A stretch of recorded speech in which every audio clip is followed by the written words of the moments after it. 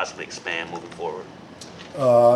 Young player, we got a lot of confidence in, getting better, and hope he can continue to, we can keep him progressing like he is, and get him some more opportunity as we go. I guess you kind of see Khalil Barnes as the main nickel right now. With Shelton out, that certainly changes things a little bit and how we look at it, and hurts us some. But Khalil gives us a ton of flexibility and where we can play him, and creates options regardless of what we do. He can play.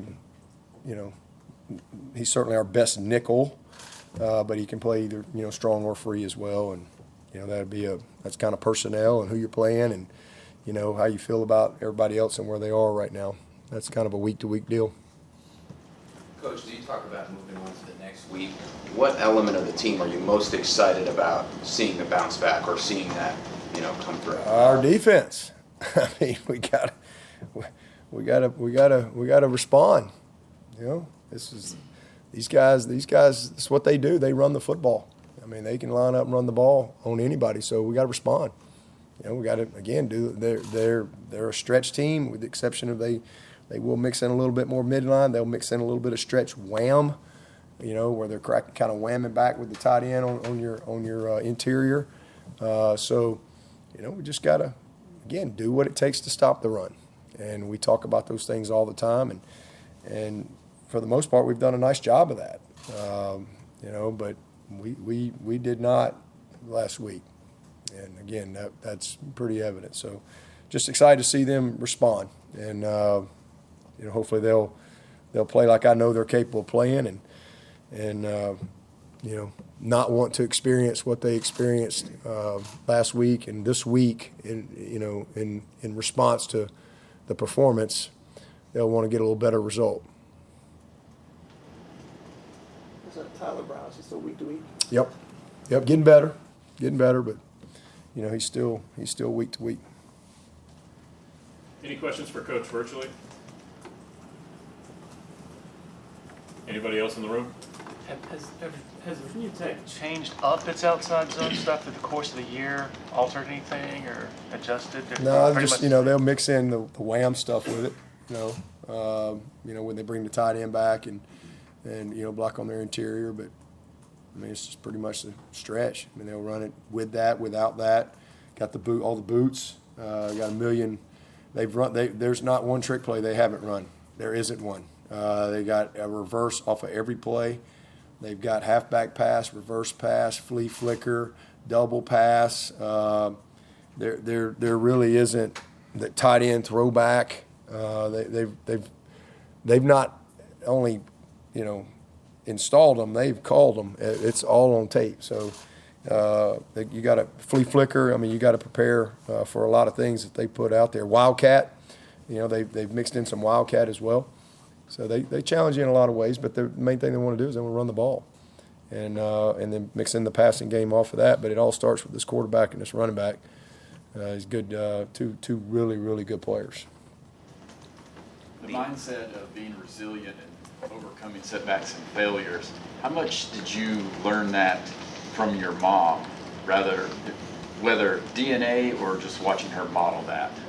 Yeah, certainly my mom is a very inspirational person to me. Just she's, those who have met my mom, she's like 4'11". She's she's a very tiny lady, and but she had scoliosis really bad in the 40s, polio, had to live in an iron lung for a while. Those of you who are old enough to know what that is, and then she had to have as a kid, I used to look at her like we'd go by the pool or something, and be like, because she had a zipper from the top of her neck all the way down, because she had to have a cadaver vertebrae built, because she was, completely crooked, and so she had to live in that body cast, and she just, and away from her family. My grandmother just, she'd get on a train and ride to Birmingham, Alabama to see her on a Friday, Saturday, and then she'd have to get back to get to her job. And so she was alone a lot as a kid, and again, a lot of, people told her what she probably couldn't do.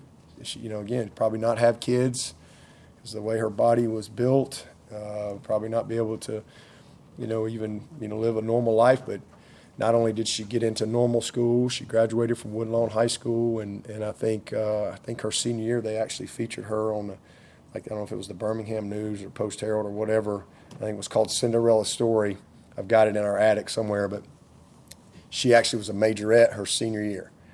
But she, you know, got married at 18, had 3 boys, you know, again, so she's always had limitations, you know, because of, you know, just all the challenges within her body, but you'd never know it. You'd never know it, how she's lived, and she's a fighter.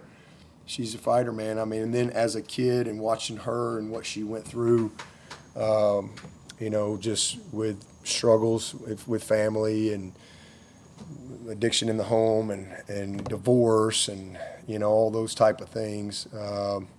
But she'd find a way. She'd go work. She'd cut hair. She worked at the mall. She would find a way. She would do whatever it took. And I mean, you know, she was a lot of motivation for me.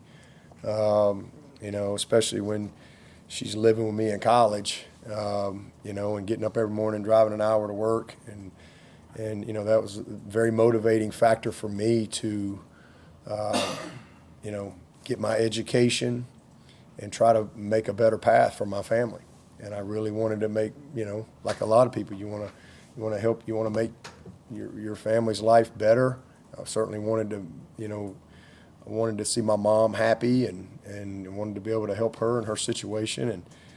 So, you know, that's been one of the great blessings of my life is to be, because I saw her really, really struggle, and then to see her now. And man, Papa Larry was such a blessing. I mean, when he came along and married my mom and just, man, you talk about, I mean, you know, not that it was a burden, but it was just always one of those things that, you know, was at the forefront of my mind of taking care of my mom. And man, Larry just, he's been one of the amazing blessing. You know, he's been a great grandfather to our kids. And so, yeah, mom's she's been very inspirational for sure. But she's a tough person. So that's where I think a lot of that comes from. Just a lot of my, you know, my grit. I've had a lot of success that a lot of people know about, but I've had a lot of failure. I've had a lot of disappointment, you know, and, you know, the reason I'm standing here talking to y'all today is you just learn, you keep going. Yeah, you keep working, you know. So it's what I do every day. Wake up every day. I love what I do. I love where I do it. And, man, I give my very best every single day. Every single day I give my very best. Sometimes your best ain't good enough. You know, but man, you got to be committed to being and doing your best every single day. That's what I try to do. So, tried to go vote, tried to go do my best and vote this morning. They told me I couldn't vote. That was quite a experience. But anyway. No. Yeah. That's what I said. I walked in there. I was like, okay, it's like right after school. All right, this is gonna be perfect. Now I walk in, I'm the only person in there, and they're like, hey, coach, you know. And then they hit the thing. I'm like, I'm sorry, I can't give you a ballot. And that's what I'm thinking. I'm like, dang, they done voted me out of the state, lost the game. We're 6-2 and 5-1, man. They done shipped me off. But no, they said he said I'd already voted, and I was like, no, I can assure you I hadn't voted. Well, it says we issued you early ballot. I'm like, and you voted?